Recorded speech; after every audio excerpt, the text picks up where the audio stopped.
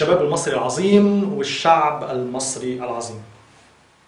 أنا أحمد حجاجوفيتش الرحالة المصري اللي لفيت حتى اللحظة 107 دولة في العالم رافعا علم بلدي لأكون أول إنسان في التاريخ يروح كل دولة من دول العالم رافعا اسم وعلم بلاده معاه.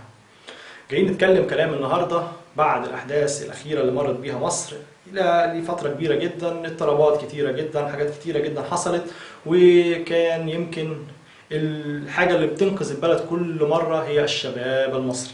الشباب المصري العظيم اللي هو موجود بالملايين في الشوارع، موجود بالملايين في كل حتة، نفسه يعمل حاجة، الطاقات بتاعته كتيرة جدا ولكن مش عارفين ان احنا نجمعها في حاجة. ناس كتيرة جدا بتتفرج علينا، مسلم ومسيحي، مسلم ومسيحي، لازم بإيد واحدة، احنا لازم دي حاجة مفروغ منها.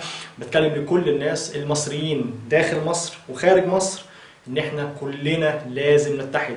ناس كتيرة جدا بيتفرجوا علينا، مئات الالاف من الشباب الموجودين، اللي منهم قاعدين على القهاوي، اللي منهم بجد بيشتغل وطالع روحه، يعني ناس كتيرة جدا كلهم عندهم احلام.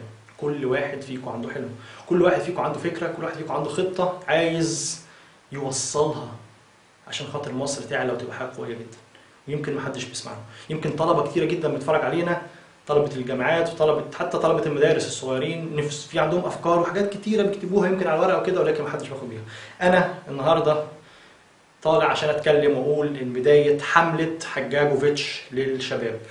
إيه هي حملة حجاجوفيتش للشباب؟ أنا عايز كل واحد من اللي بيتفرج علينا عنده حلم، عنده فكرة، عنده خطة، عنده يمكن إلهام، عنده أي حاجة يقدر يطور بيها مصر يقولها لنا. طلبة ألسن اللي بيتكلموا كوري، بيتكلموا ياباني، بيتكلموا صيني، وبيتكلموا فرنساوي، وبيتكلموا إيطالي، وبيتكلموا أسباني، وبيتكلموا هندي، وبيتكلموا عبري، وبيتكلموا حاجات كتيرة جدا. عايزينكم تبعتوا لنا السيفيهات بتاعتكم، وتبعتوا لنا خططكم، ايه اللي ممكن نستفيد، مصر ممكن تستفيد ايه من اللغات بتاعتكم انتم متعلمينها. المرشدين السياحيين عندهم افكار كتيره جدا، وسمعتها لما كنت بتكلم مع كذا برنامج تلفزيوني، انك انتوا باعتين لي على الفان بيج بتاعتي، على الصفحه بتاعتي، بتقولوا احنا عندنا افكار وعندنا حاجات كتيره جدا ونفسنا ان احنا نستمع لنا. عايز افكاركم لو سمحتوا تبعت لنا.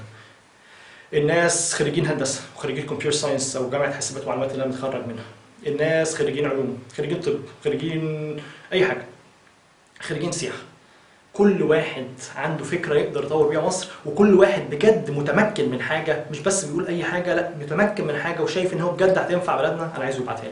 هنقول هيبعتها فين؟ هيبعتها على صفحتي اللي هي احمد حجاجوفيتش على الفيسبوك، بس الصفحه الرسميه اللي هي www.facebook.com/a.haggagovic، او هتلاقوه موجود على الشاشه قدامكم، او يبعت كمان ايميل ل join.haggagovich@gmail.com، هتلاقيه مكتوبه قدامكم دلوقتي.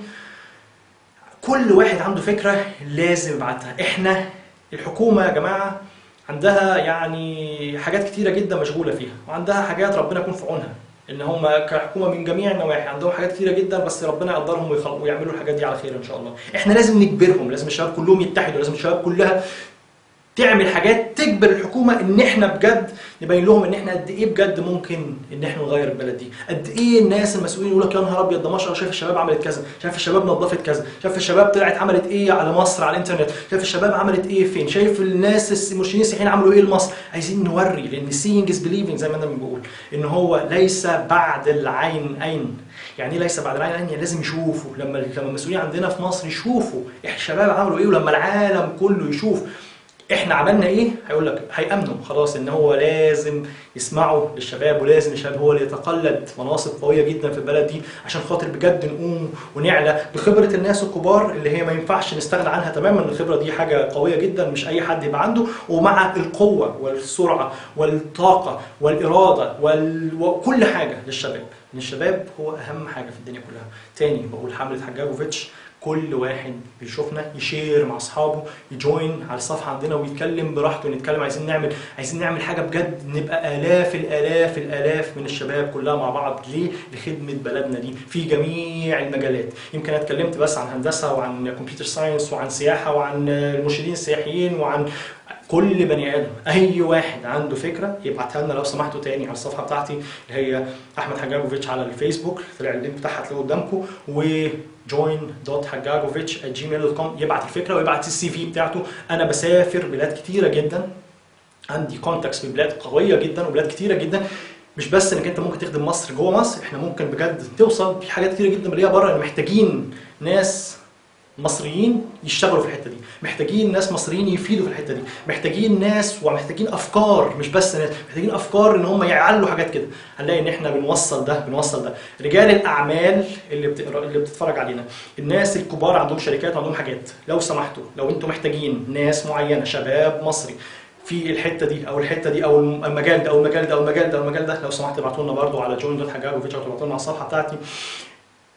عايزين ايه؟ احنا عايزين نوصل ان الشباب المصري يرجع يشتغل في كل حته، نرجع نشغل الناس، كل الشباب الموجود عشان البطاله تبطل، الناس المقاولين اللي عايزين يبنوا عمارات، اللي عايزين يبنوا مدن جديده، الناس رجال الاعمال اللي عايزين يعملوا حاجه جديده، الفنادق اللي عايزه ناس تشتغل عندها بس بتتكلم لغات قويه جدا، لو سمحتوا ابعتوا لنا عشان خاطر احنا عايزين نوفق ما بين الشباب وما بين الشركات، عايزين نوفق ما بين الشباب المصري هنا في الداخل والشباب المصري في الخارج، عايزين نعمل حاجه قويه جدا جدا جدا يتكلم عنها التاريخ إلى أبد الآبدين بإذن الله، ونثبت للعالم كله قد إيه الشباب المصري ممكن يعمل حاجات كتيرة جدا، ونوصل بجد إن شباب مصر هو خير شباب العالم كله. أشكركم ومستني إيميلاتكم، هراجعها بنفسي واحدة واحدة أنا والفريق الجميل اللي شغال معايا، عشان خاطر إن شاء الله مصر تبقى أحسن دولة في العالم كله. مفيش حد يبخل علينا بافكاره، مفيش حد يبخل علينا بخططه، مفيش حد يبخل علينا بالسيديهات بتاعته، محدش يشيل حاجه لنفسه، احنا عايزين بجد ان احنا نعمل حاجه قويه جدا. اشوفكم على خير. احمد حجاجوفيتش، ربنا يوفقنا جميعا يا رب.